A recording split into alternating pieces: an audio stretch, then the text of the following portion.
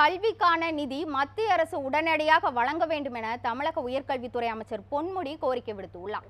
இது தொடர்பாக செய்தியாளர்களிடம் அவர் பேசியதை சூப்பர் பைட்ஸ் பகுதிகள் தற்போது பார்க்கலாம். பொறியியல் படிப்பை பொறுத்தவரையில் அந்த பொறியியல் படிப்பில் மொத்தமாக இந்த ஆண்டு கிட்டத்தட்ட 15,000 மாணவர்கள் கூடுதலாக சேர்ந்திருக்கிறார்கள். இன்னும் சேர்க்கை நடைபெற்று கொண்டிருக்கிறது. இன்னும் அதிகமாக சேர்வார்கள் என்று எதிர்பார்க்கிறோம். அதேபோல் அரசு கலைக்கல்லூரி அவர்களை பொறுத்தவரையில் சென்ற ஆண்டு சேர்ந்த மாணவர்களும் இந்த ஆண்டு சேர்ந்தவர்களும் கிட்டத்தட்ட ஒரே அளவில் இருக்கிறார்கள்.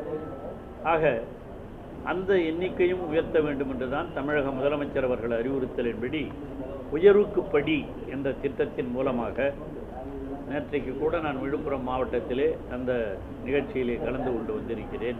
இதுதான் தெளிவாக நேற்று நம்முடைய கல்வி அமைச்சர் அவர்கள் மிக சிறப்பாக அவரும் நம்முடைய அன்பில் மகேஷ் பொய்யாமொழி அவரும் புள்ளி விவரத்தோடு எல்லாம் எடுத்து சொல்லியிருக்கிறார். ஆகவே இந்த ஒன்றிய அரசு இந்த நிதியையும் நிறுத்தாமல் அனுப்பி வைத்து இந்த கல்வி வளர்ச்சிக்கு உதவ வேண்டும். அவர் 2 தடவை மாற்றி கடிதம் எழுதியிருக்கிறதெல்லாம் கூட நீங்கள் பார்த்துருப்பீங்க.